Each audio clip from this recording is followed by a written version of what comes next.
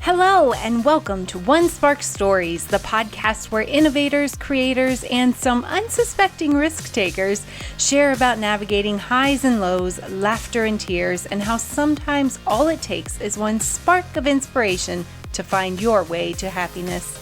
This podcast will leave you inspired to take action on your own purpose as we connect, create, and celebrate unique sparks around the globe, once again proving that it is a small world after all. Today's conversation brings two firsts. The first time I recorded while someone is en route to another destination, and the first time I'm asked a question that totally threw me off. And honestly, it's maybe one of the easiest questions to many people. Dr. William Sprankles is Assistant Superintendent of Innovative Teaching and Learning at Butler Tech. Butler Tech has always been an organization that embraced innovation and educational change for the betterment of career tech and public education. They have made significant shifts in the last 5 years, thanks to the high-impact creatives like William and his entire Butler Tech leadership team. They don't just talk about their visions for what could be, they take action and allow students to take part in their future by creating what it will be. When I first heard William's name, he was working at a local high school that actually at the time my brother still attended. As the world works, his name would be brought up over the years in our mutual network of innovators and educators, occasionally crossing paths at fundraisers and events working to really evolve the business and school partnership model. The one thing that has always stood out to me is how much he has shattered the mold of an educational leader, and quite successfully so. I do just want to remind you that William was so kind enough to still record despite some logistical changes that caused him to have to chat from his car. Now, I assure you he stayed safe, he kept his eyes on the road, and let the conversation flow as though we were across the table or the screen as it is today. But the audio, as much as the audio may not always be crisp, the message remains very clear. So, let's get this show on the road. Well, quite literally, actually. William Sprankles, live in action from your car. I mean, this is a first. I'm excited. Welcome to the One Spark Stories podcast. How are you? I'm doing remarkable. Just my day is awesome. I'm having a great day connecting with people I haven't seen in quite some time, and I'm excited to be on your podcast. Thanks for having me. I've heard great things about you, great things about the podcast. Heard you got some high-level questions that you'd like to ask people, so I'm excited to follow your lead.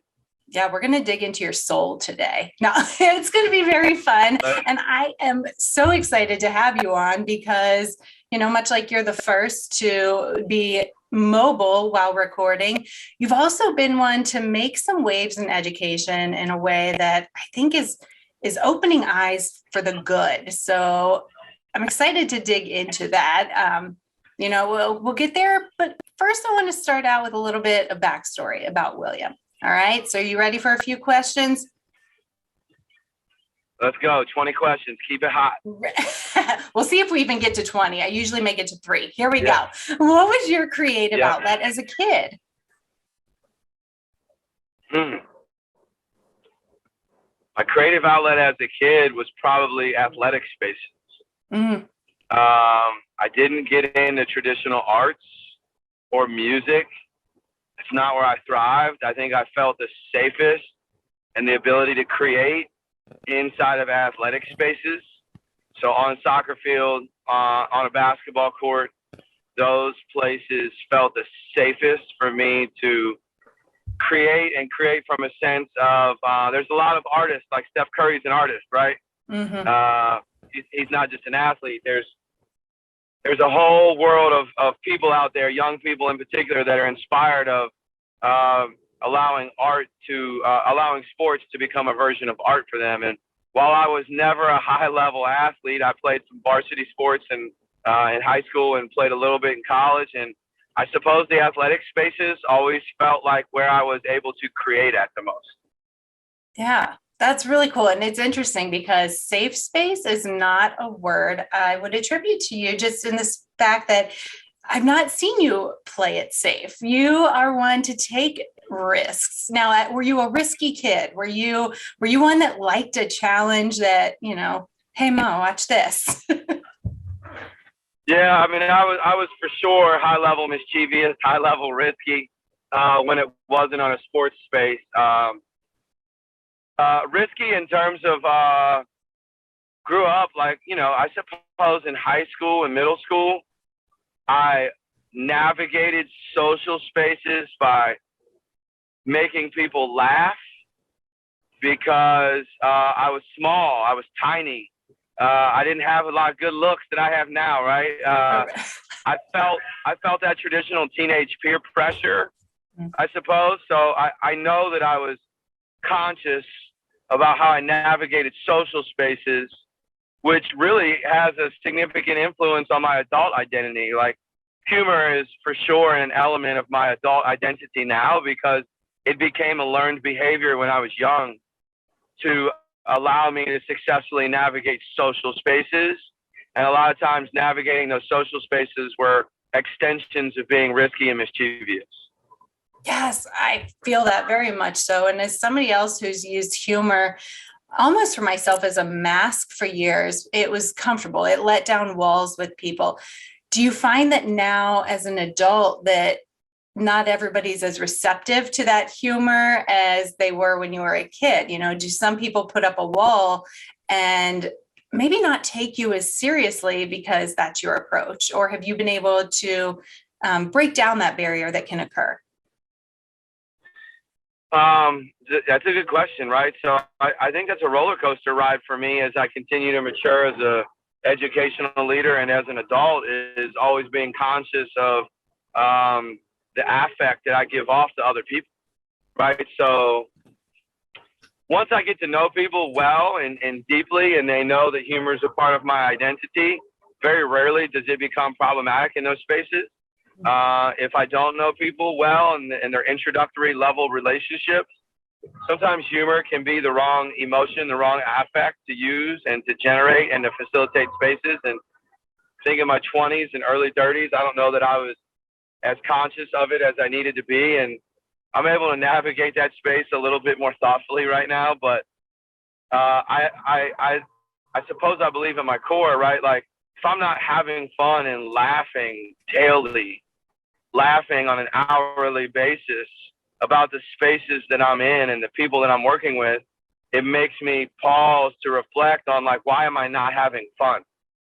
And work doesn't always have to be about laughter and humor, but there's an element of I want it to be fun, and it's easier to laugh and engage in humor when things are fun. So there's a degree of connectivity that I strive to facilitate in all the spaces that I'm in. And I love laughter. I think it's universal medicine, universal tool for building relationships.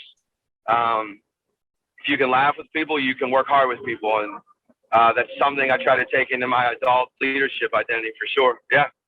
I agree completely. Do you find that laughter is what has helped you through that, we'll call it the maturing, the next layer of self, because you are not one to be discounted. You just completed your doctorate, correct? Is that my understanding? I did. I took on that project when I was 40 and went back to get my doctorate, just finished last year. So took me a couple years. Shout outs to the staff and the colleagues from University of Miami, Oxford, and shout outs to the crew at Butler Tech for giving me space and opportunity to get a doctorate. I'm super thankful for that. I didn't think I was going to get a doctorate. I was a kid that grew up in Mount Healthy City schools, and to even become a teacher was far-fetched, let alone become a principal, let alone get your doctorate. It just wasn't a thing for a lot of people that were growing up in the day and age of space that I graduated from Mount Healthy City schools. Came a long way, I suppose. Super proud of it. Yeah. Do you think that's fueled your passion in education even more? Saying like, look, I had maybe people that did believe in me, but some doubters that I wouldn't get this far. Do you think that's lit a bit of a fire in you? Yeah, for me, it's not about being petty, but it is about being proud of being able to achieve things that are super important to your core identity. And sometimes those things that are part of your core vision and your core mission other people might not ascribe that to you based on where you came from and who you are. And for me, there's some connectivity there. It's not a direct feeder, but there's for sure some connectivity there. Yeah, I like that. Was there anybody as a kid that you really looked up to, that you, maybe you mentioned Steph Curry. So I know that for many kids, it's that athletic idol, it's the actress, the musician.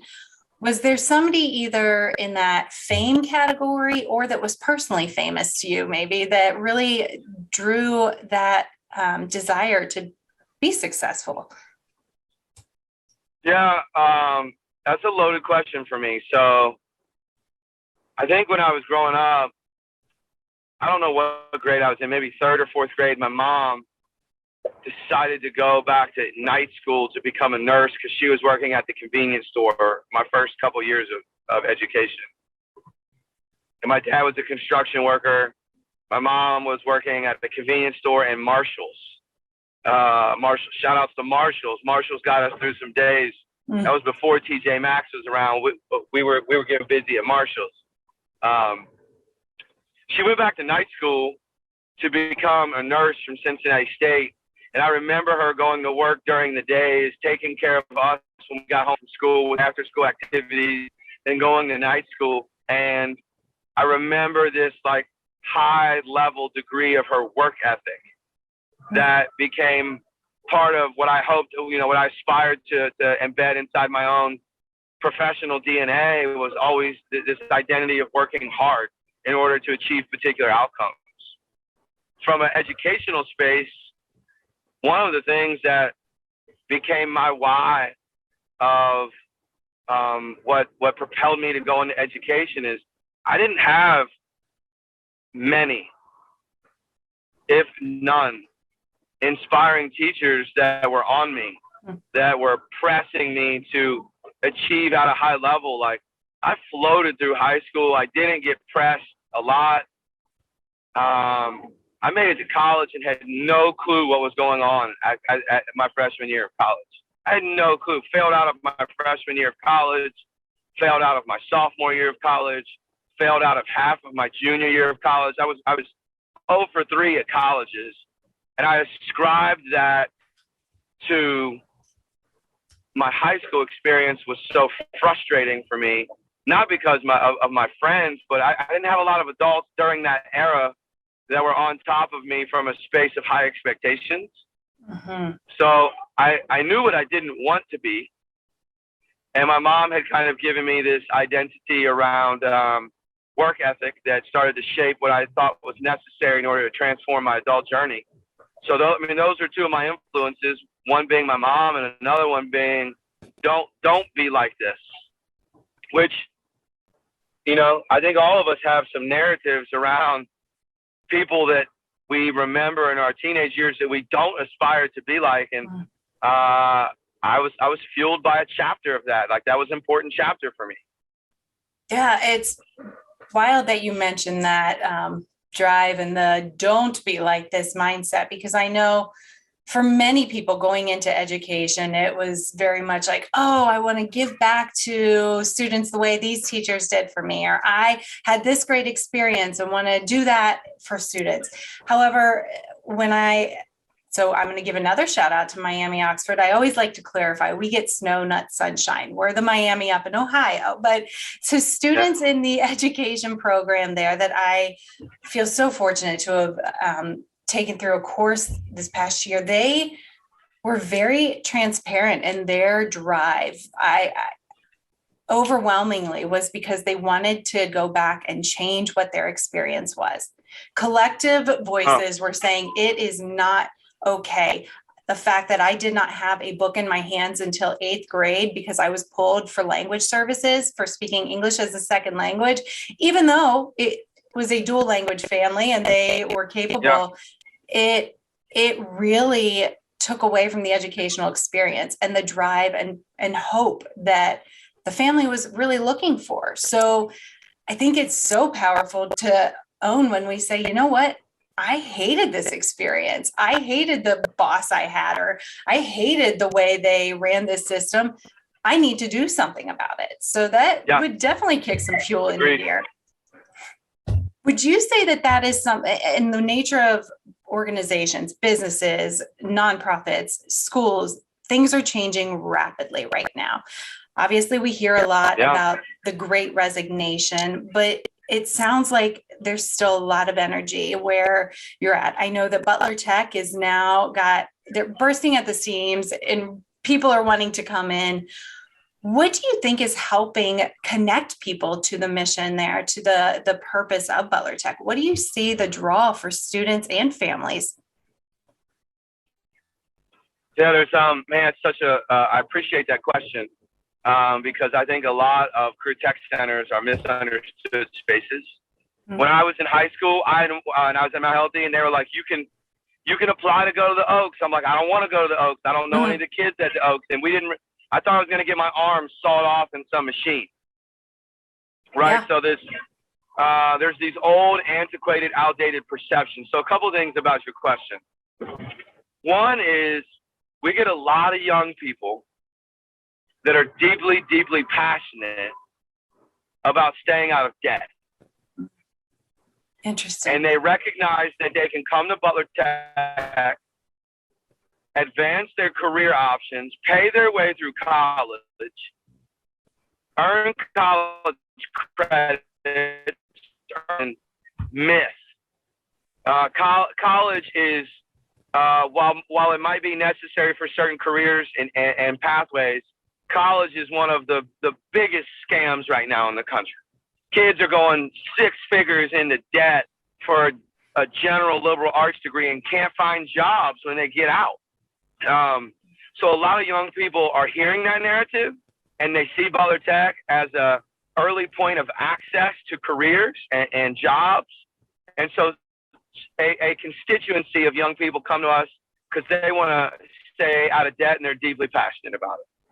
Another constituency of young people come to us because they are deeply passionate about the industry pathways that we provide. And they can't get a fully immersive experience at their home school. And that's the point of Butler Tech, right? Like, you might be deeply passionate around dance, so you come to our School of the Arts, or you might be deeply passionate around becoming a surgeon, so you come to our Bioscience Center. And I could list these different pathways on and on and on, but some young people see that they can basically immerse themselves into what feels like a college major or a minor while they're in high school versus the general curricular experience of their home school. And so that's why they come to us. That's the second reason. A third reason why they come to us is a natural teenage phenomenon. They don't feel at home in the current environment that they're leaving. And that's not necessarily a reflection of the different schools that young people leave to come to us. It's just that it takes a lot of time for young people to find their tribe. And that's part of growing up, is figuring out who's my social circle, who are my friends, who do I fit in with, where am I going to be welcomed, and where am I going to be valued. And for some people, that means leaving their traditional high school and coming to Butler Tech. And when they get here, I think those big 3 ideas all converge for them.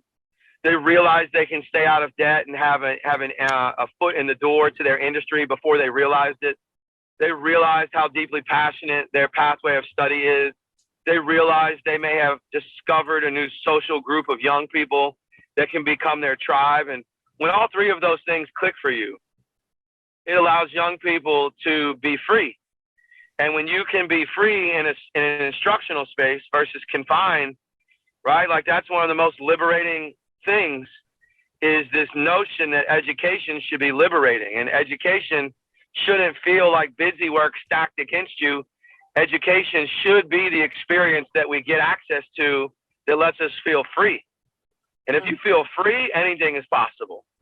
If you feel like you can fly and you're surrounded by the people that value you, it's just a different emotion.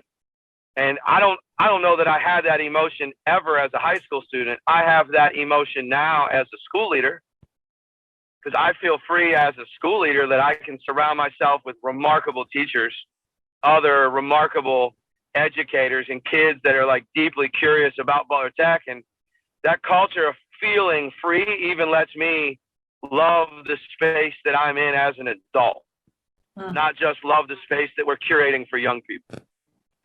I think having you as a leader that not just believes it, but lives that is part of the experience that families and students recognize. Because as you mentioned, for years, the mentality around career tech or trade schools was that, well, that's your other option. And you can do automotive, you could go into a skilled trade. And it was, quite frankly, very typically where the challenging students would go. That was where a dumping ground. And unfortunately, very recently, still is for many states and cities and regions. That's still how career tech is treated. Yeah, I was just told a couple of weeks ago by somebody when I mentioned that, middle school is still middle school. And, watching my own kid navigate it has just been brutal through this whole pandemic experience. And I was like, I just can't wait until he's able to, get into a new environment and explore the options in career tech. Yeah. And they were like, don't worry, by freshman year, all the other kids will be sent to an academy or Butler Tech and it'll clear out. And I'm like, no, you didn't hear me. I want my kid to go there. But that is such a stigma that is deeply ingrained in education. And my personal pull is that, and I went into education as one that wanted to, change the world. And then I quickly realized, wow, there's a lot that needs to be shaken up here, and had to politely bow out so I could be more disruptive, so to speak. But I think what's very challenging is educators often only know education. They aren't realizing how quickly the world around is evolving. And that is a catch in our schools and part of that experience that is stalling the student engagement there. So how are you drawing in passionate educators that are willing to be innovative and risky? I'm sure there's quite a process to make sure that somebody is a good match, and not always going to turn out the way you hope, but how do you draw that spirit back out of an educator to say, listen, we're scrapping the old mindset? So in the era of the Great Resignation, I want to make sure that I'm transparent around, while Butler Tech has so many assets in our rotation right now, we have equitably our own fair share of challenges, just like any school district would, right?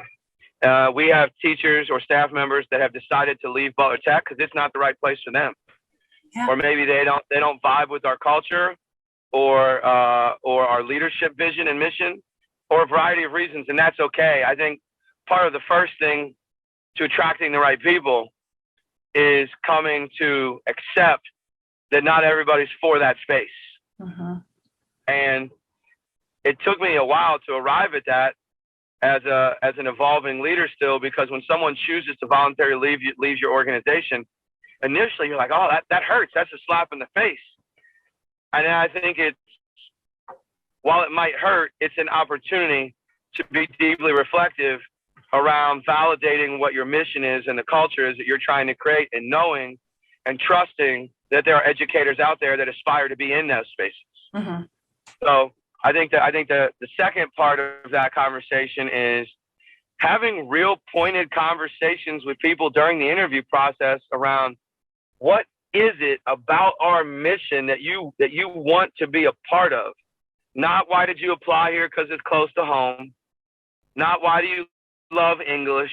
Not why do you love teaching an automotive lab, but more talking about what do you believe our mission at Butler Tech to be, and why are you choosing to apply here?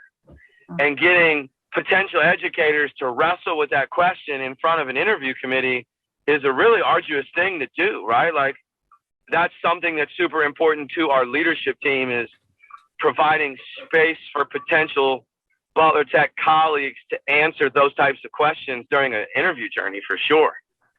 And then creating a lot of space for people to share their why and who they are at their most deepest, authentic levels during an interview process. Because if people have to covet who they are in an interview process.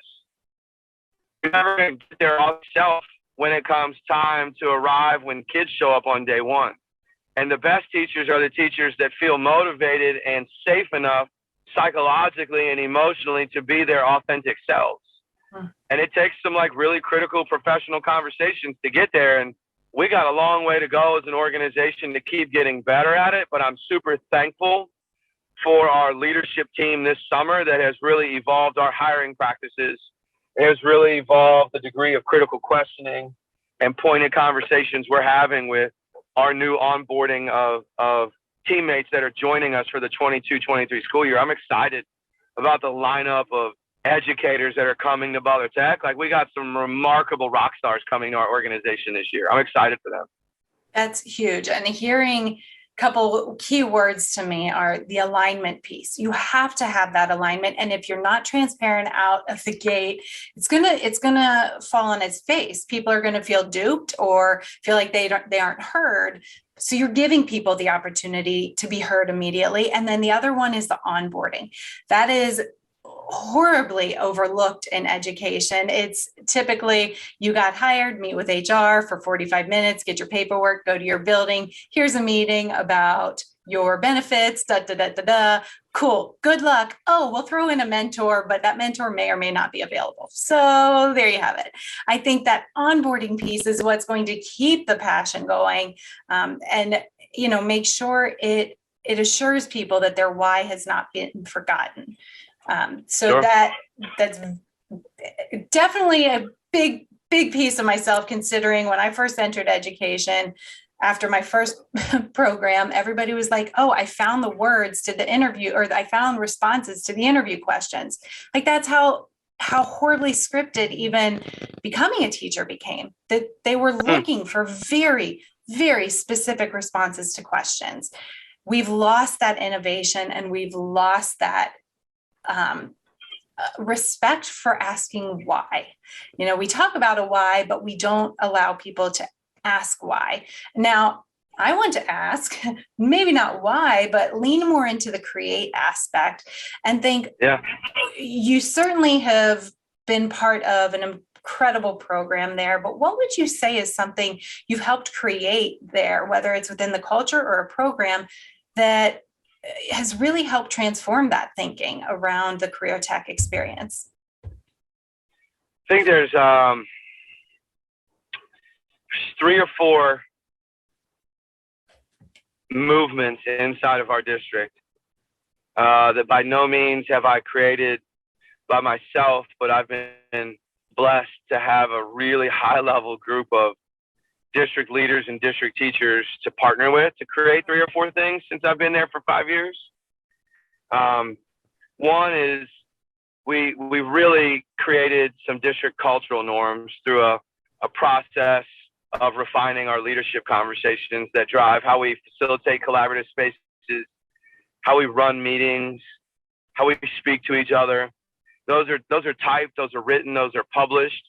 And it might sound simple, but there's a lot of organizations that don't deeply define their organizational norms.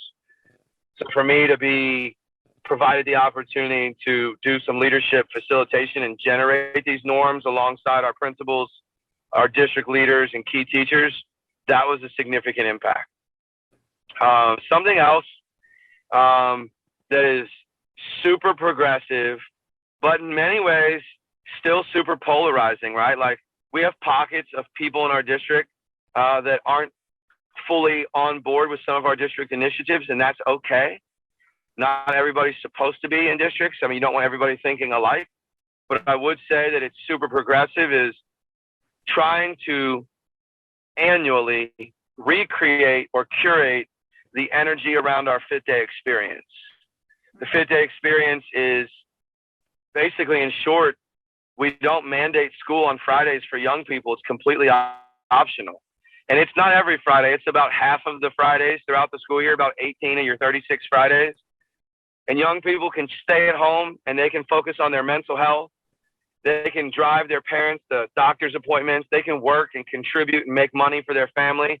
Or they can come to our campuses where we allow our teachers to provide outside the box innovative solutions, from painting to mental health to therapy, to career tech credentials, to job placements, to co-ops, to internships.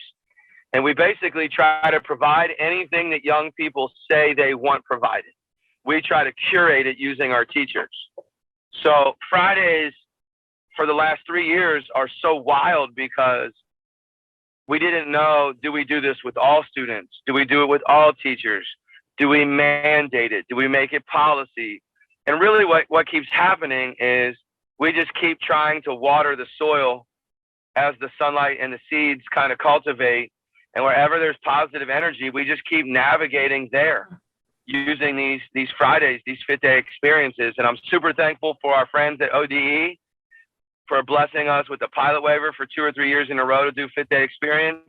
We have a full research team from University of Miami that believes this is something that other public educational institutions should be exploring. And our students are really high-level young people. They get to control and navigate what they do on Fridays. Like think about it. Every day, Monday through Friday, from kindergarten through 12th grade, somebody is telling you what to do and where to go. Yeah. And you move when these bells ring, and you're here for 55 minutes, and we control as the adults what you do, where you go, why you do it. The young people are completely free on Fridays in our space. They can do whatever they want, whatever they want. We still provide coaching and structure, but they do have a high degree, if not complete, autonomy over what their Fridays look like. Yeah. So that is something that I'm proud of. I know that many people are proud of it. I also recognize how hard our teachers work to make that happen. And it might be taxing at different times of the year on different stakeholders within our culture, but I believe it's the right thing to do. I believe it's the right risk to take. I believe it's the right direction for young people to experience. But for sure, it's confusing to communicate at your dear parent letter in August. They're like, what is Fit Day experience? How do we make sense of this? What days do we come? Do we not have to come? And we eventually sift through the details, but I'm thankful that we have educators in our district that persist in spite of not perhaps knowing or having great clarity on the front end sometimes, because these initiatives are messy. So I'm just deeply thankful we have the right leaders and the right educators leading this body of work. That's something that I'm super proud that we as an organization have created, and it's not perfect. We know it's messy, and we appreciate the beauty and the mess together at the same time. That's absolutely fantastic, because in my mom brain, I'm like, that is such a safe transition from that structured day into the freedom that comes whether you go college, career, service, whatever route these students take. It allows them to evolve from student to the young adult that they've become. And it's that autonomy of choice. How do I decide what to do with this free time? Well, I'm sure there's some hard lessons to be learned, but there's still a support system there ready to rally around them. So I think that's beautiful. It's also an amazing way to really bring in talent optimization. You've capitalized on your staff. You're saying, what is it that fuels you? Let that light shine, because then the students can have a little dose of something else from you, build a relationship with somebody that maybe they wouldn't have otherwise. So there's so many layers to that. That's fantastic. And, I could go on and celebrate it, but I want to move into put a little bow on this conversation and celebrate the fact that not only has, as you've mentioned, ODE, Ohio Department of Education, Butler Tech, not only have they embraced this philosophy, but you have really moved a lot forward, so much so that you were recognized by the Ohio Association for Career and Technical Education as Administrator of the Year. So major celebration, kudos to you. Congratulations for that. How did that feel? Was that kind of a nice little, well done? Not that you were looking for it. I'm going to guess you weren't looking for the accolades. No, it's super humbling to be recognized, whether it be by one person or by 2 or 100. For anybody in your organization to take the time to commend and nominate the work that you're doing is a super humbling and deeply appreciative opportunity. You know, what it makes me think about is the volume of people that I need to be nominating. Like, that's what it does for me is yeah, it's cool to get the award, but then you go through this like reflective space of like, yo, there's all these other dope educators and these high level administrators and teachers. I need to nominate them so they can get this award, or they can be thankful or appreciative, or at least be in the know of how much they're appreciated, right? So the award is cool. I think it's more about finding a sense of value in my organization and knowing that people in my organization value me. That's more meaningful than the award. And it makes me want to invest my time at doing the same thing so that other people know they're deeply valued inside of Butler Tech. Just when you're on the receiving end of someone articulating how much they value you through an award nomination, whether you get the award or not, it certainly crafts a degree of thankfulness and appreciation that makes you want to give back versus bask in the award, right? So, and Butler Tech does, you know, they do fun things. They celebrated me and threw me on social media, and I'm thankful for them recognizing and appreciating me. But more than that, it's about giving back to other people that are deserving. And the thing about education is, right, is you can't really fill the bucket of gratitude. Like, it's tough. Like, our jobs are tough.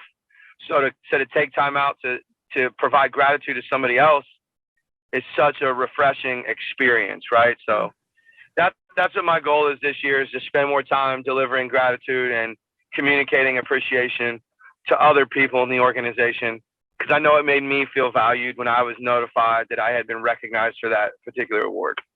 Absolutely. If anything, it shows that people trust you. People see what you're doing and they're willing to go through the messy with you. And I think that speaks volumes. So I'm gonna make this one last celebration, but I want to flip it and ask you to celebrate something about yourself that maybe we haven't tapped into, or that you feel like you don't give yourself enough credit for going through personally, professionally, whatever it is that you're called to celebrate and say, you know what, William, I've done a nice job on this. What would that be for you? I think it's a reflection of still like it almost requires me to reframe your question a little bit. Yeah. I was blessed with this opportunity when I arrived at Butler Tech. Part of the charge I was given was, we really want you to focus on creating a culture of high-level pedagogy. And of course, I can facilitate meetings and spaces and inform that work. At the end of the day, what I'm really proud of is Butler Tech was a high-performing organization when I arrived, and they're a really high-level organization because so many teachers and administrators and coaches and support staff are buying into the body of research that says, we know relationships matter first, and we know that the quality of pedagogy you receive from your teacher matters second. And if we can curate classroom spaces where meaningful relationships are at the core, but the caliber of how I teach you immediately follows, that's transformative, right? Like, we're not in there talking about soft content. We're not in there doing random games and activities. For teachers to be that thoughtful with their pedagogy is a reflection of how much they care about the kids. It is a reflection of their willingness to show growth. We got some high-level principals, assistant superintendent, other directors, teachers, but I'm proud of that. That's not something I've done individually by any means, but I've been an active part of that work. I think you've been definitely an active part, and it has served our communities well. So thank you. Truly, I'm excited to continue to grow alongside Butler Tech and see how we can continue to support. So thank you. Don't close yet. My question for you is, yeah. Tell me who your top 5 music artists of all time are. Any genre. Okay. Top 5. Oh my gosh. So I like buffets because I like choices. And so this is hard for me because I am a mood. So I'll go with Pink. Pink is probably one top Okay, there. I can rock with Pink. I love Pink. Yeah. I'm gonna throw a curveball. Follow Pink up with Josh Groban. I have some like old school, like listening to him, like when I was doing homework and studying. Just that's my Zen music. My summer jam, the Ataris. They're 2003. So Long Astoria, like really good album. It's just feel good music, but story songs, not Harry Chapin story songs, but really good one. The Ataris. That's my summer music. My first concert was Neil Diamond. Like, what's that say about me? Yes. That's just our good family songs. Oh, and who do I round this out with? I could throw a boy band in, but it's not speaking to me. Probably Sarah Bareilles would be up there as one of my next one, like very girl power. You got this. Stick it to the man. No offense. Of your top 5, I did not know 3 of them. I don't know Sarah Bareilles. I did not know the Atari. I did not know the Ataris, and I've never heard music from Josh. Say it. His name Groban. Groban. It's okay. It's fine. I understand. But I love asking the question because now I have music artists to go investigate. I feel like the Ataris are like music you listen to when you drink a summer shandy at a festival. Is that Ataris music? You're spot on. Yeah. Yes. I knew it. You nailed it. I mean, it's just taking me back to college days, car windows down, going to meet up with friends over at Right Said. Like, there's just so much to that album that speaks to the outdoor nature summer vibe. So you called me out. So let me throw it back. What would be your walk-up song? You're an athletics guy. What's your walk-up song? A walk-up song would probably be "Juicy" by Biggie Smalls. I like it. I like it. Like the entire song is about defying the odds and how his entire narrative of how he made it in spite of everyone thinking he wasn't going to make it. And so it's a lot of fun energy, a lot of positive vibes. Biggie Smalls is for sure at the top of my playlist for multiple songs. So that's my walk-up song. Love it. Love it. Yeah. It's always got to be something like that. Carrie Underwood and Ludacris, The Champion. That's mine right there. Like, it's, you just got to do it. You don't do it for the accolades. You just do it. So where can people connect with you? How can they support you, Butler Tech, all this, I don't like addressing the Great Resignation. I like to remind people there are incredible young leaders coming up in this workforce. So how can they get in touch to learn more about them? Yeah. I'm on all the social media platforms under my first initial last name, W Sprankles. So Twitter's @WSprankles, Instagram is @WSprankles. My Gmail is wsprankles@gmail.com. I'm the only William Sprankles around, minus my dad, who doesn't have a Facebook. So all my social media accounts are open and active, and certainly willing to connect with any educator. And then if someone wishes to get a hold of me over at Butler Tech, you can reach out through Butler Tech's website. All of my contact information is on their website, and we host tours on a regular basis. We do business advisory partnerships and breakfasts, and we openly encourage any educator that's curious, that thinks that they can share with us their narrative and their story, or seeks to learn something from us, to reach out. And part of our mission is to spend time with other educators, right? So whether that be on the phone, on Zooms, in tours, or over a cup of coffee in a classroom, which is my favorite space to be in, we'd love to just continue spending time with educators from around the city and around this region. And thank you for inviting me, and thank you for hosting me to spend an hour with you today. Super thoughtful questions, good vibe from you. Love your energy, love your tone, and you're fun to be with on a Zoom. Not everybody's personable on a Zoom, and you got good Zoom energy. So I'm thankful. Thank you. I've been bored on too many Zooms. So I'm like, no, we're not going to do that. We're going to talk and have fun. So I'm so glad that we were able to make this happen, and wish nothing but the best for you and all those that are taking on this endeavor of reimagining education. Thank you. Peace.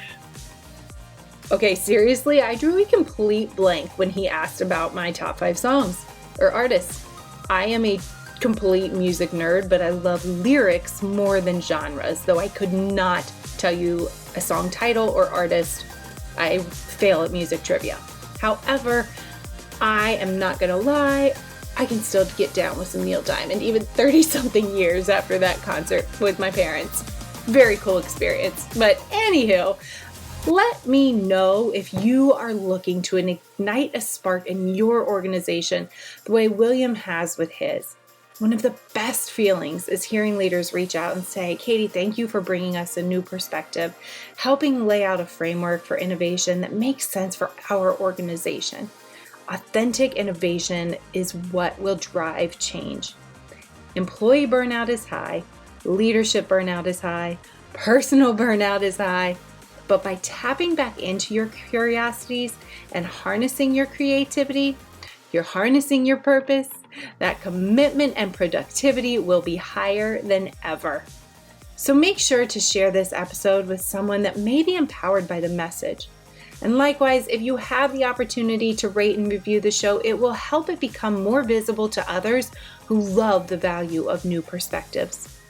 Thank you so much for joining William and I today. And as always, be well, stay curious, and we'll see you real soon.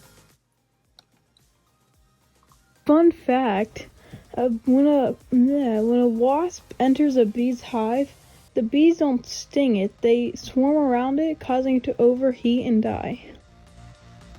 Later, Tater.